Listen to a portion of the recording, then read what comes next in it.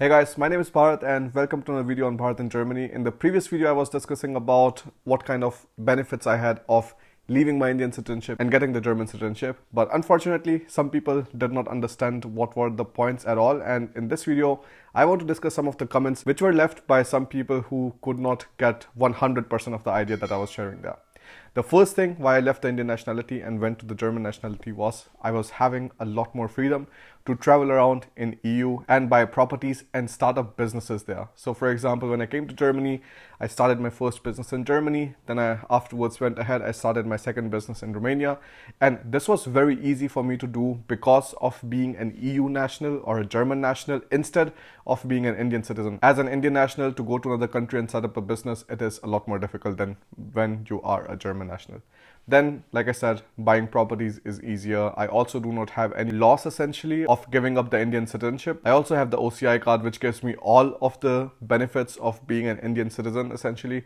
But I do not have the right of voting. I can go to India anytime I want. It is a lifelong visa and I can travel at short notice. I can go to India, I can set up my business. I can do anything that any normal Indian does, but without the voting rights. And I can also stay in India for a longer duration. I don't have to register myself or something, because previously if you would have this PIO card or something, then you had to register yourself in 3 months. If you were staying longer than 3 months or something, you had to go to the police and register yourself. With OCI, you don't have that drama either. So it's essentially a big win-win situation, and like many people unfortunately are not aware about this at all. Now what really blew my mind was how many people were getting offended by somebody leaving the Indian nationality and like taking up the German citizenship. And I just like feel like some people, it just feels like a fucking cult sometimes, that like if you lose the Indian nationality or like even if you're a tiny bit critical about India, like people just go off. Like the sensitivity level is so insane that I just like kind of sometimes do not understand this entire mindset at all. Keeping the Indian citizenship or keeping the Indian passport, that does not make you any different. You are one of the 1.4 billion people, and if you think that the Indian government gives a shit about you keeping your Indian passport, they don't.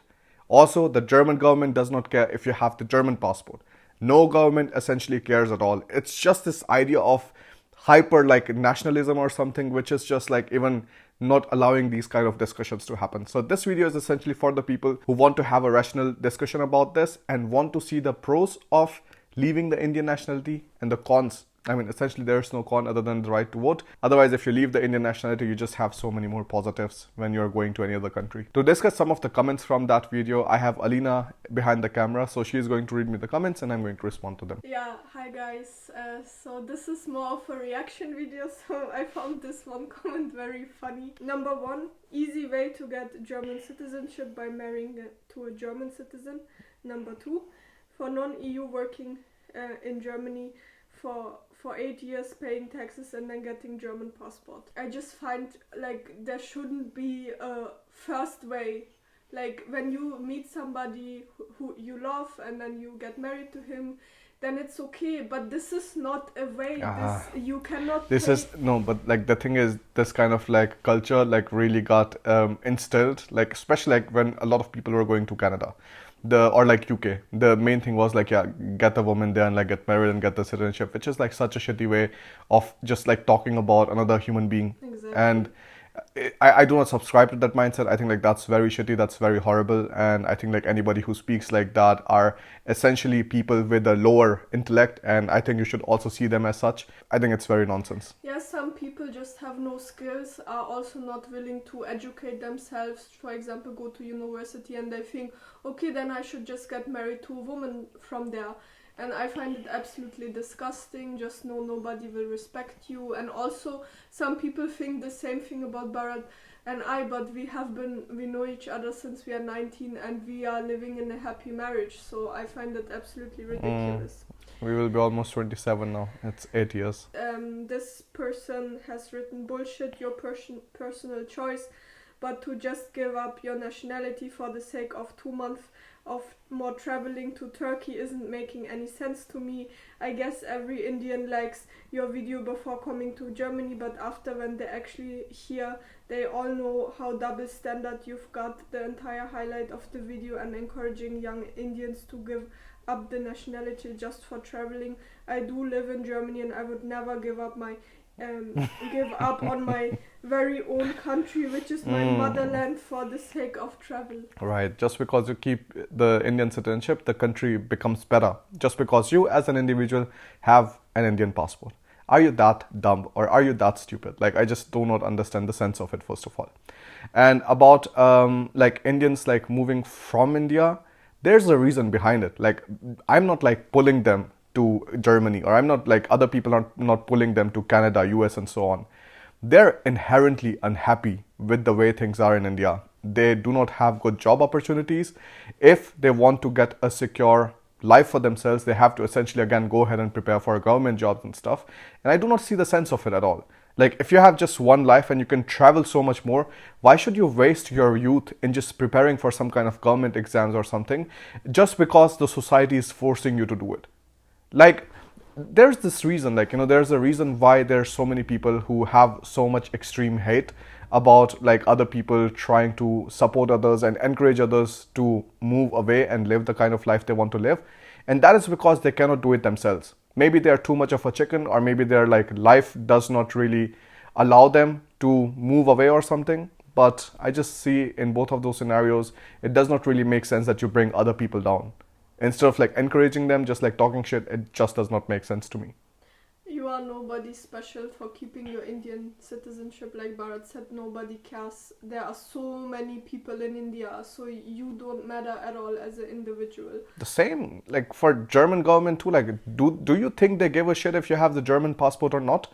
Like, just because you give up your German passport, the country will go down the tubes? Just because you gave your Indian citizenship, the country is going to go down the tubes? Or you're keeping the Indian citizenship, it is going to rise up to the top? Bullshit. Like, I call bullshit on that instead of my video there. And I just know from working in the Indian consulate, we had like people coming to the functions who have been in Germany since 20-30 years and still so proudly saying, yeah, I kept my Indian nationality, but for every tiny problem they're having with a visa or whatever, they are running to the consulate. Exactly. Like, it is just a very weird flex, because they see it themselves that they're having problems because they're keeping the Indian nationality. And even when they have decided to stay in Germany, decided to build their life in Germany, they're like, yeah, I have still kept my Indian citizenship, but every single time they have problems. And it's like they want some kind of validation from others. Oh, yes, you did the right thing. It's very nice that you kept the Indian nationality. I just wonder, these extremely proud people, what are they doing abroad if it's so great? Yeah, why did you leave India? Like, why are you not staying in India, and why are you not working for the country? What are you doing abroad? Like, what is the point of it? Exactly. Okay, so one guy wrote, Bharat, I am SAP consultant and I am applying for jobs in Germany from India, but not getting positive response. I don't know what should I do now, and I'm doing everything which is required to apply for jobs in Germany, but no results. Any suggestions from my end? So for the people who are coming for jobs in Germany, you have to keep in mind that other than the major companies, you have like 4, 5, maximum 6% of the companies which have English as the official language. Like, everything is done in English in those companies, and these are generally the larger companies. All of the smaller companies, which are essentially 99%, these are called the small and medium enterprises, SMEs. They are still having all of the work being done in German language.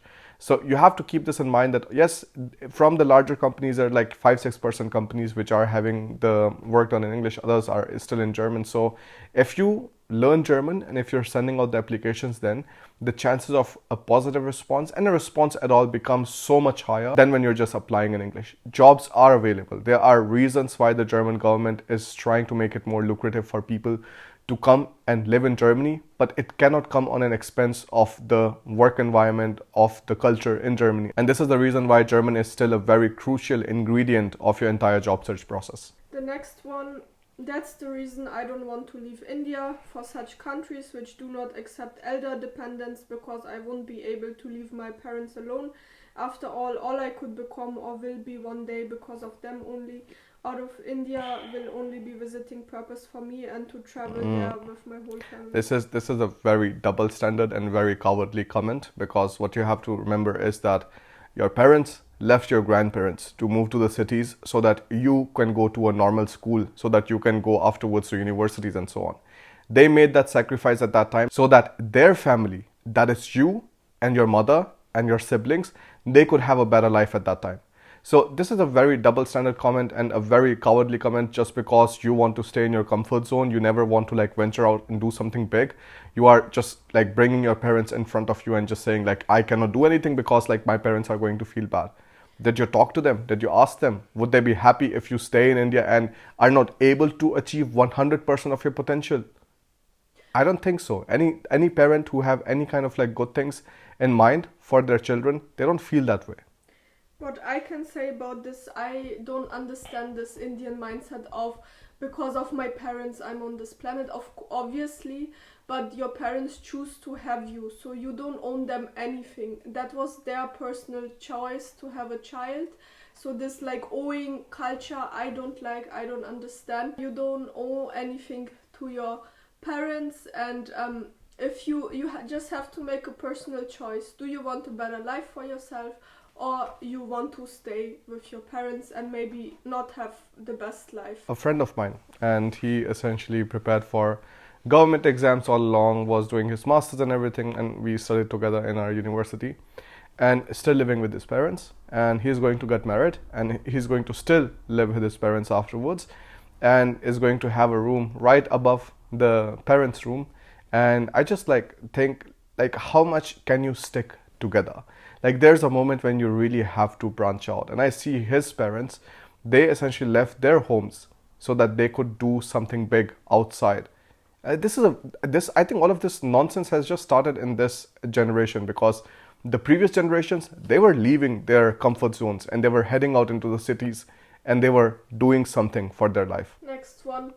I gave up my Indian nationality and took up US citizenship way back in 2009. It solved a lot of visa issues for international travel for sure. Plus I could buy property here in the US.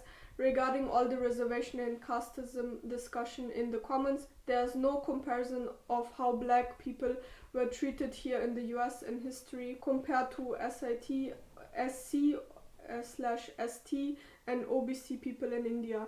It was a lot worse, no comparison at all. In fact, despite that, we have far less percentage of affirmation action, same as reservation in India, quota here. Yeah, so the affirmative action, like that is much less in US, even if all of the slavery and all of these other things that happened in US. Whereas like in the Indian reservation system, you have essentially like 49.5% of seats reserved in many of the entrance examinations for the reservation category. And this is not just SC, ST, this is OBC, BC, all of the other categories, which I personally find nonsense no matter what kind of caste you come from. Like it should really be on the basis of merit, because I have seen during my university studies, and my friends have said the same, that they have seen people over and over again who are coming from a very well financial background, took reservation, are changing phones like left and right, and then afterwards still claiming that okay, they need reservation because there something like discrimination or something happened to their ancestors. And do you think like right now they're not better people who would be in the need of reservation? And how does caste define that? If you're having a difficult life, many times that is because of money, and money doesn't see a caste. Can't you have dual citizenship? Having dual nationalities is very difficult for people who are outside EU. So within the EU, you can still have your German nationality, and you can, for example, stay in Denmark for a while, and you can take up the Danish nationality. We have seen many people who have done that. So within EU, taking up double nationalities is possible, but like for a non-EU person to come to Germany and then take up second nationality, that is generally not possible. I think Alina also has dual nationality. Yes. Next one. It's just a personal question. What if in the future you want to start up a business in India? As you know, the future is in Asia and Asia is king. As much we all enjoy traveling without complication, don't you think you've lost a huge advantage? That's the only reason why I wouldn't take up the German citizenship. Again, a lot of this has to do with unawareness, ignorance. And what you have to know is that when you have the OCI card, you can set up businesses in India. There is no restriction whatsoever other than the right to vote. So I essentially have dual nationality, if you can say like that, but without the right to vote for the Indian elections and so on.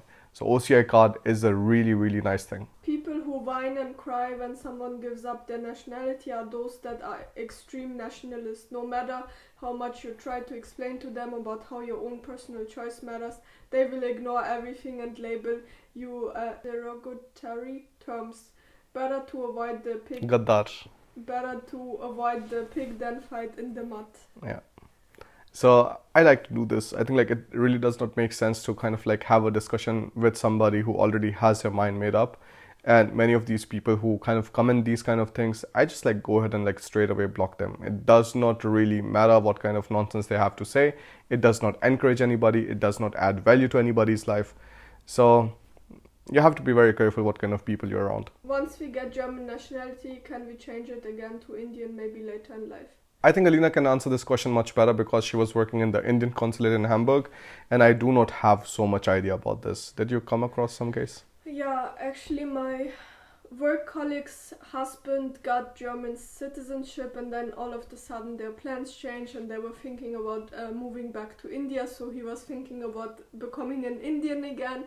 But turns out, even though you are Indian born and everything, you have to live in India, I think it was 5 years. And then you have to fulfill some requirements. So you cannot easily like get back your Indian nationality. That's something you should be aware of. What is Murkh? Murkh? Yeah. Stupid. You did not deserve to be Indian national. It is... Murkh. Yeah, it is beyond your comprehension. You could have just mentioned getting German nationality. There's absolutely no need to mention about leaving Indian nationality. Shame on you, shame, shame, shame, you loser. Yes, I don't know. I only laugh about this. Yeah. This is so stupid. It's a big loss for me. Yeah, I lost so much because I gave up the Indian nationality. Yeah. Oh my god, with a German passport you can go to around 188 countries in the world without visa. Yes, that's correct. So like it's not without visa. I think without visa countries are just 136. But for the other countries you have either visa on arrival or you have e-visa. So it becomes very, very simplified for you, and it's like most of the countries are covered. If my son gets German citizenship, then can we live with him? No. So as parents, like I said, the core family is defined as something else. Core family is you, your wife, and your children. And your parents or the wife's parents are not included in that. So you can bring your wife, you can bring your children without any kind of issues whatsoever, but it is not possible to bring your parents with you. Well, when I come to Germany for MBBS, will I be able to get citizenship by the end of my MBBS, and you will need to pay, or do you need to pay taxes for 5 years? Of course, you have to pay taxes for 5 years, but like if you are doing your studies and stuff, at least the part of getting a permanent residency becomes easier. Also in some clauses, I know that you can get the German citizenship a bit faster than 5 years. Frankly, if you're living in a country like Germany, it's totally worth it to sacrifice Indian nationality. The only thing that stops people from getting different nationalities is to take care of their parents after their retirement. If parents agree to shift to Germany, that's fabulous. And in this comment there were actually a lot of wrong information happening. That's why I sometimes say don't listen to everything which is going on in the comments. And people were saying, yeah, the parents can just get a dependent visa, or the parents can just get a job in Germany. You cannot get a dependent visa that easily. And getting a job at the age of like 65 or something, that's very difficult. Yeah. I think the only valid option that you would have is starting up a private limited in Germany, and for that to like you have to like properly like give a business plan and everything. You need to have an investment of around 300,000 euros, and then you can essentially like call your parents in as employees of that particular company. So there is a way, but like that way is not very easy. I've seen many other people do it, but they generally go for an option of Portugal, or they go for the option of I think even Italy or something, because like the requirements are a bit lesser there for bringing in your parents. But it does not really matter because you can set up the companies without any kind of problems from Germany in other countries, and they can like come there too. And also I think it's important to speak about the reason why Germany is not accepting like you bringing the parents, for example, because Germany already has a lot of elderly people which they are struggling like themselves right now to pay for the retirement, and it's just getting worse and worse because there's not enough labor and taxpayers. That's why many people don't understand the reason and think, oh, Germany is this horrible country. But actually, if you're already having a problem, then how does it make sense to take more people in? How long did it take you to get German citizenship? So for me, it essentially took like around 3 years, because if you're married to a German national, then you can get the German nationality much sooner. But for most of the other cases, it takes 5 years. For students who study in Germany and they afterwards start working, they can get the nationality in around anywhere from 4 to 5 years. So like 4 years are also possible. Thank you so much for watching this video. I hope you learned something. And if you have any kind of further questions, you can also take a look at a detailed video I made previously on my YouTube channel, which was step-by-step citizenship, PR, and this blue card. So there were these 3 topics discussed. You can take a look at that, and that will give you more insights. If you are looking forward to coming to study in Germany or working in Germany, you can take a look at the free resources I have put down in the description of this video. Let's see you in the next one. Bye.